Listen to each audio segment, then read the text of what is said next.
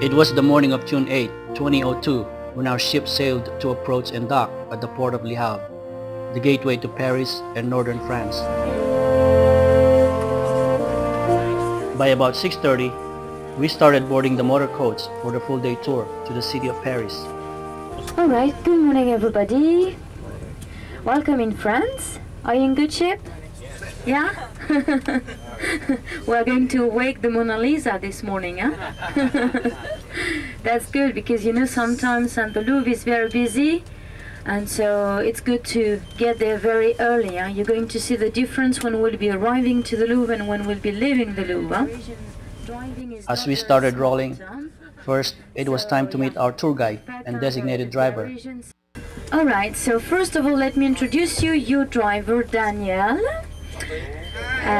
French driver, and he knows Paris perfectly. You're going to see from the port of Le Havre, it would be a very long 2.5 hour scenic drive to the City of Lights. And because in Paris there are only 2 million of inhabitants, and because sometimes you heard... This day was the day to explore some of its famous landmarks and visit the world's most famous Louvre Museum. Past the countryside housings, we stopped for a toll entrance to a bridge over the River Seine. So now we are going to cross the Duncanville Bridge. It's a suspension bridge, and it is 1 mile long, and it spans the River Seine. For a while, we tried to enjoy seeing the countryside. So this afternoon we are going to stop at the best place from which to get a photo of the Eiffel Tower. Soon, as we got closer to the city of Paris, the anticipation progressed as we caught sight of the Eiffel Tower, standing taller than everything else around it.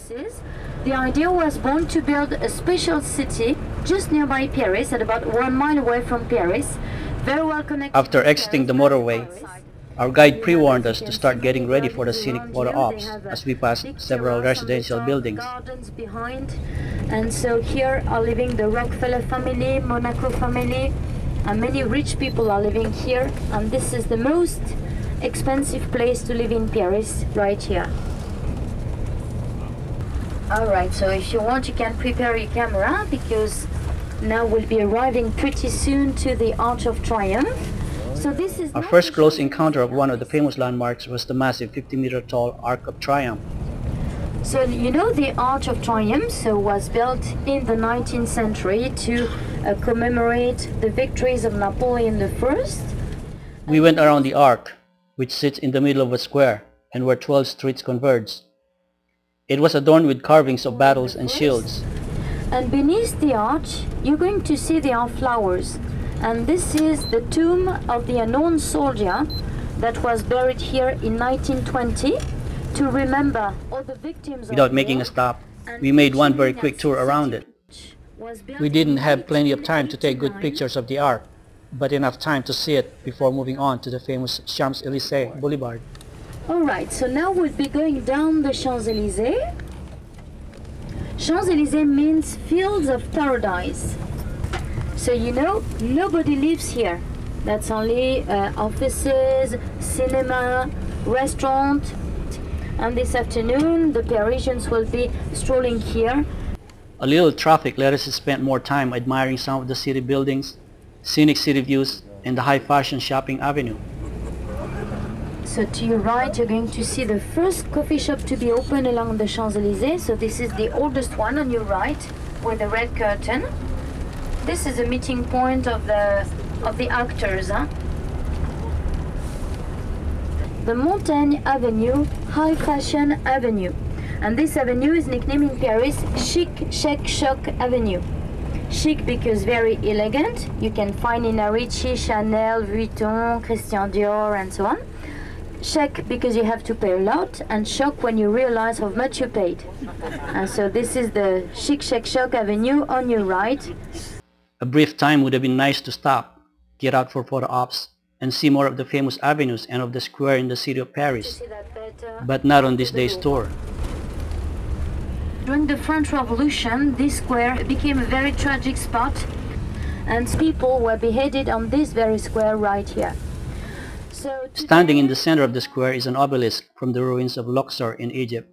And the obelisk was presented by Egypt to thank Champollion, the Frenchman who discovered how to read hieroglyphics. Then to your right, if you look to your right, you can see the most beautiful bridge of Paris, Alexander III, with gilded statue on the top. I found it hard to keep up with taking pictures aboard the motorcoats. It was also sometimes frustrating when roadside trees get in the way, and our guide just kept going on with her narrations of the different city landmarks. Alright, so you know, as I told you, the Louvre is the largest museum in the world, and before... When we finally got off the motorcoats for our first stop, we found ourselves entering through the lower floor back entrance of the Louvre Museum. With no time to waste, we were made aware of the various shops around and near the small inverted pyramid of the museum. So after the guided tour, as you can see, there are many shops. They will be open at 10 o'clock and they're not open yet. You have shops here, you have a big Virgin Megastore right here. You have some of the shops in this gallery here, and the meeting point will be at 11:30 right here. So now we'll be reaching the big... Everyone had to go through the security checkpoint, and our bags x-rayed too. Originally a royal palace, the Louvre Museum is now the world's most famous museum with thousands of collections of works of art. Under the bigger glass pyramid, we waited for our tour guide to take care of our entry tickets. Our museum tour started with a walk along the hall, with beautiful column architectures and arched ceilings. So as I told you, the Louvre was originally the king's residence. So this room used to be the stables. So if you Marble statues stood on the side to welcome us. On top of a stair was a headless statue with wings. It is called the Winged Victory of the Samothrace. top of a hill in a small island in the Aegean Island. This statue is believed to have been created between 220 and 190 BC and was discovered on the Greek island of Samothrace in 1863. Our attention soon turned from the ceiling sculptures and images to the 15th century portrait paintings on the walls. If you look at that virgin, she stands into a triangle, subject, but treated 2 centuries after. So here you can see the evolution of the subject. Here she's not just like... I was impressed to see the paintings with religious themes created by famous painters, including Leonardo da Vinci and Sandro Botticelli. There were too many of them to appreciate, including these interesting Four Seasons paintings by They Arcimboldo. represent the 4 seasons.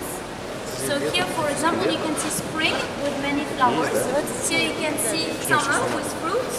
Here you can see fall with grapes. And then you can see winter. A couple of hours visit was not enough. The most interesting one, the favorite among the visitors, was the world-famous painting of Mona Lisa in the Denon Wing. The crowd surrounding the Mona Lisa was large. She was securely protected on the wall and was accompanied on the other walls by some dramatic and revolutionary paintings of renowned artists.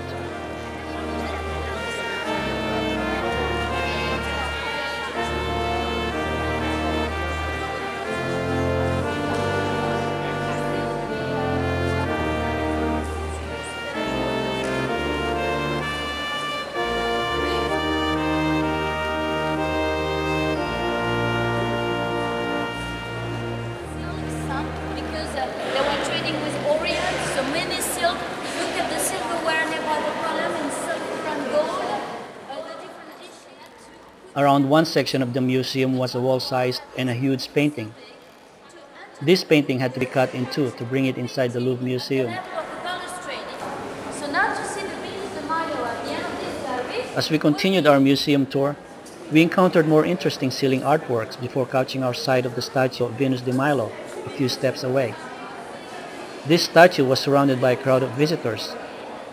It was the most attractive and beautiful statue I've ever seen.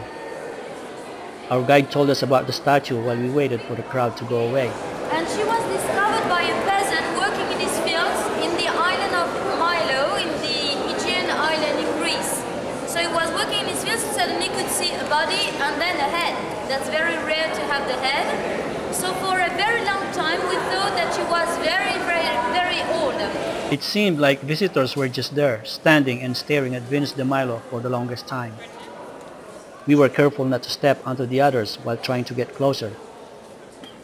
Cameras were held high around the statue for close-up pictures, and like the others, I took my time staring at it. I also went around it for a closer look.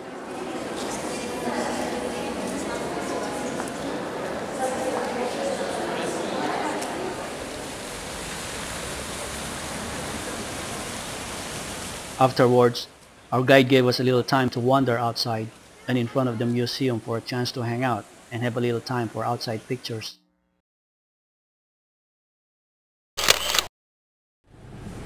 So to your right you can see again the Concorde Square, and to your left you're going to see again the National Assembly for the ministers.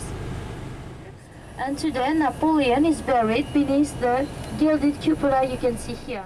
Back on the motorcoats, it was time to move on to our next stop. Unfortunately, it was not in our agenda to explore the Louvre Museum and other sites with our limited time to spend in Paris. There would be opportunity to visit them next time. But for now, we headed to the famous symbol of Paris, the Eiffel Tower. So to your left, you're going to see... Along the way, we passed by the tunnel where England's Princess Diana had the accident that caused her untimely death. The Flame of Liberty, an exact replica of the Statue of Liberty's flame, was erected near the tunnel as a symbol of Franco-American friendship. But it has become recently the Flame of Diana, so the accident took place right here beneath.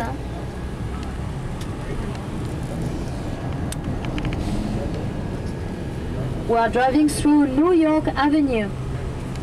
As we got near the Eiffel Tower, our guide gave us our meeting instructions for our next stop. Parking. So look to your left on the other bank, you can see many coaches. Our driver will be here. So the meeting point will be at 1:45 along the river, where you could see all the coaches. I'm going to show you again. Seeing the Eiffel Tower closer, its base looked very impressive, even before we got off the motorcoats. We were all excited to go up the tower, but we had to be patient and wait while our guide went for our entry tickets. There was a big crowd waiting in line to get up there. But fortunately, it helped to have priorities as a group on tour. There were tourists everywhere hanging out around the tower, making this landmark a very popular place to visit and explore.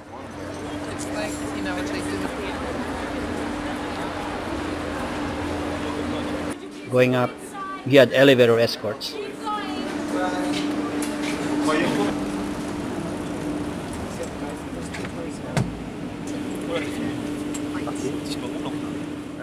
One of them was camera shy. The tower elevator ascends diagonally on its legs.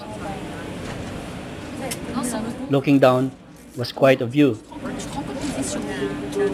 Its steel framing showed that a lot of detailed engineering design was done to build this structure. The Eiffel Tower stands 324 meters and was named after the engineer Gustave Eiffel, whose company designed and built the tower as the entrance arch to the 1889 World's Fair. It was simply awesome to actually be here and enjoy the experience. Only people with first floor tickets and restaurant tickets get off here. It has 3 levels for visitors. Our floor destination was up first, and we stayed together as a group. Thank you. We were booked to have lunch on the first floor, but our tour guide wanted us first to see the spectacular views of the city of Paris. We were not disappointed, but I wish we were not in a hurry. I suppose some of us were already hungry too. And then we walk around toward the middle of the floor to look down again and see the still long line of visitors.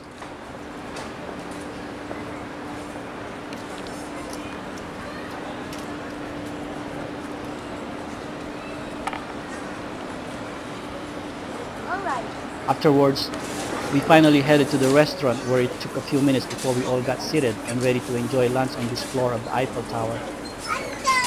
The restaurant was packed. There must have been multiple groups that joined us in. The waiters were quite busy serving and collecting plates. What was in here? Vin blanc. Cassis cream. Comment on dit cassis, Nathalie? Vodka? We were also served some French wine. Most of us seem to have enjoyed the interestingly liked French meal. I have another one. Take your own picture. I have another one. They had the Back on the ground and aboard the motorcoach again, our guide checked for the body count. Did you walk down those stairs? Soon we were on our way for a stop to have a good full view of the Eiffel Tower and a chance for more photo On the ops. top, you see there are many people between the two buildings, and this is the best view you can have from the Eiffel Tower. So we're going to park behind the building.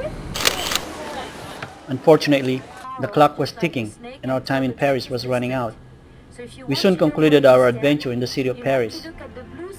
Although our tour was very short, it was enough to have a little taste of Paris, but with a promise to return to explore all the other landmarks and museums of this city of lights that we had not been able to see and explore. In the end, we were back to where we came from and embarked on our ship to head for our next port of call destination.